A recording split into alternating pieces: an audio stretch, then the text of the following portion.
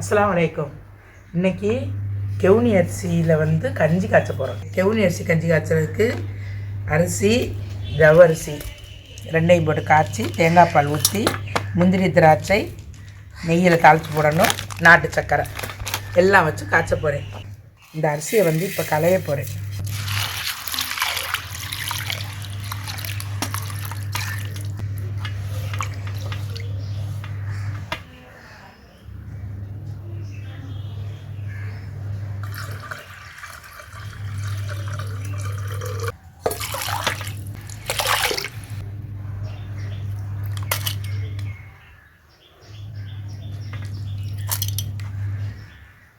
இது வந்து 200 கிராம் கவுனி அரிசி.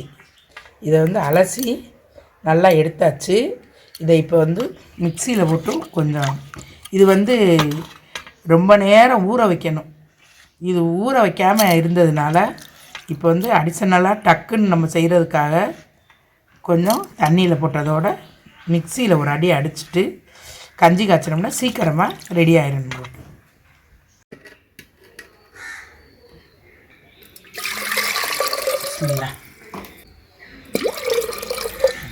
தண்ணி சுட்டுக்கிட்டு இருக்கட்டும். இதை போய் ஒரு சுற்று மிக்சியில் போட்டு சுற்றிக்கிட்டு வாங்க, சீக்கிரமாக கஞ்சி காய்ச்சிடலாம். இது வந்து மிக்சியில் அரைச்சிட்டு வந்திருக்கு. நீங்கள் செய்கிறதா இருந்தால் ஒரு 2-3 மணி நேரம் ஊற வச்சு அப்படியே வைக்கலாம். நாங்கள் இப்போ சீக்கிரமாக செய்யணுங்கிறக்காக மிக்சியில் அடிச்சுட்டு வந்திருக்கோம். இப்போ தண்ணி கொதிக்கவும் இதை அதில் கொட்டணும். தண்ணி இன்னும் கொதி வரலை, கொதி வந்தோடனே போட்டால் சீக்கிரம் வெந்துடும். அதுக்காக தண்ணி கொதிக்கணும். இப்போ இந்த ஜவ்வரிசி வந்து ஒரு 100 கிராம் எடுத்துருக்கேன். இதை வந்து இப்போ ஊற வைக்க போகிறேன். ஊறட்டும்.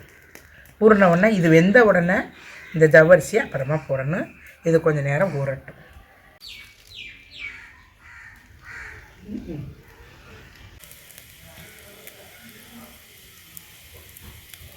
தண்ணி நல்லா இருந்தால் கொதிக்க வர்றது. இப்போ இது கொட்ட போகிறேன். சொல்லாங்க அரிசி போட்டாச்சு. நல்லா கஞ்சி வெந்த உடனே அந்த ஜவ்வரிசி அலசி போடணும். இப்போ ஜவ்வரிசி அலசி வைக்க போகிறேன். கஞ்சி கொதிக்குது. கொஞ்சம் நேரம் இன்னும் கொஞ்சம் அரை வேக்காடு வேகட்டும். வெந்துக்கிட்டு இருக்குது. நல்லா முக்கால்வாசி வெந்த பிறகு தான் ஜவ்வரிசி போடணும்.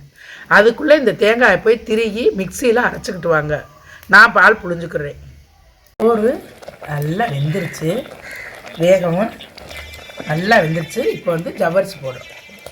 நல்லா இருக்கும்.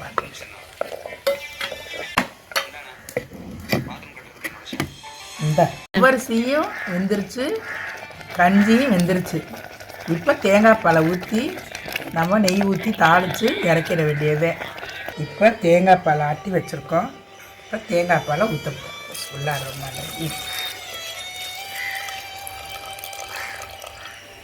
ஊற்றிட்டு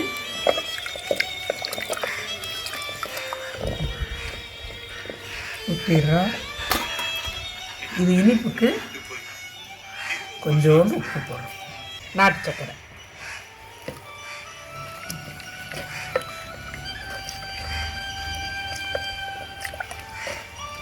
தேங்காய் பாலை ஊற்றுனதுமே இறக்கிடணும்.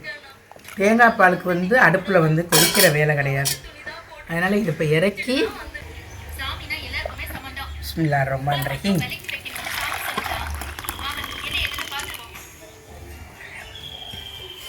கஞ்சி ரெடி ஆகிடுச்சு.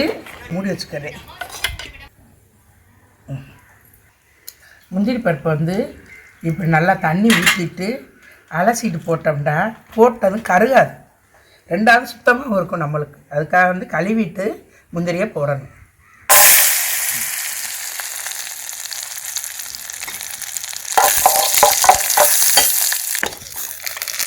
மாதிரி கையில் நல்ல சத்தான உணவு இது. இதை செஞ்சு சாப்பிட்டா சுகர்காரவங்க, மற்றபடி உடம்புக்கு வந்து எல்லா வகையிலையுமே இந்த கவுனி அரிசி கஞ்சி ரொம்ப நல்லது. சத்து டயட்டில் இருக்கிறவங்க குடித்தாங்கன்னா அவங்களுக்கு டயட் கண்ட்ரோலும் ஆகும். சத்து இருக்குது உடம்புக்கு. நல்ல அழகான கஞ்சி.